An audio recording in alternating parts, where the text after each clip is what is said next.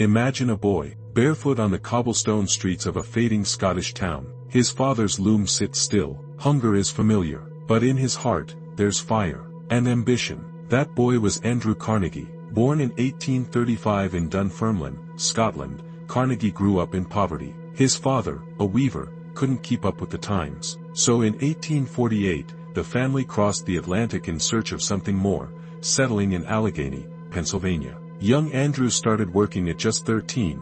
His first job was as a bobbin boy in a cotton factory. But even as he worked 12-hour days, he read every book he could find. He learned fast, made friends, and climbed quickly. His big break came at the Pennsylvania Railroad, where he impressed Thomas Scott, a top executive who became his mentor. Carnegie soaked up knowledge, learned how industries worked, and made smart investments, starting with a few $100s in insider railroad stocks. Over time, he invested in oil, bridges, and finally, steel. Steel was his empire. His company, Carnegie Steel, became a powerhouse, supplying the material that built America: skyscrapers, railroads, bridges. He turned technology, timing, and ruthless business strategy into enormous profit. By the turn of the century, Andrew Carnegie was one of the richest men on earth. But behind that wealth stood a man full of contradictions: ambitious, driven, idealistic, and sometimes, ruthless. As his fortune grew, so did his philosophy.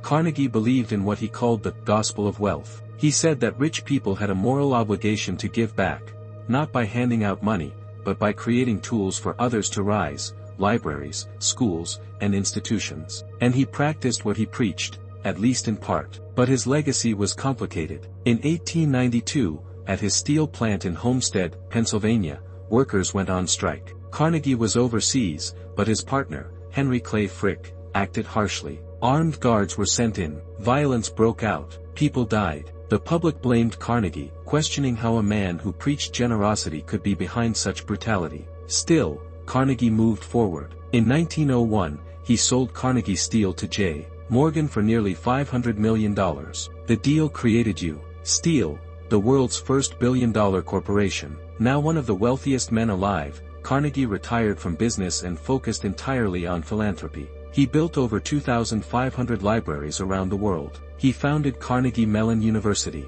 He supported science, education, the arts, even world peace. Carnegie Hall in New York became a symbol of his cultural ambition. But the tension remained: a man who gave so much, but had gained it through relentless control, low wages, and grueling hours for his workers. In his final years, Carnegie turned his energy toward peace. He poured millions into efforts to end war. He funded the Carnegie Endowment for International Peace. He wrote to world leaders, urging diplomacy over violence. But history had other plans. In 1914, World War I erupted. Carnegie was devastated. His dream of a peaceful, cooperative world shattered before his eyes. He spent his last years in quiet frustration, and died in 1919, just after the war ended. David Nasaw's biography doesn't give us a one-dimensional hero. It gives us a full human being, brilliant and flawed. Carnegie dreamed big. He believed in democracy and education. But he also lived by the rules of ruthless capitalism. He inspired hope and invited criticism.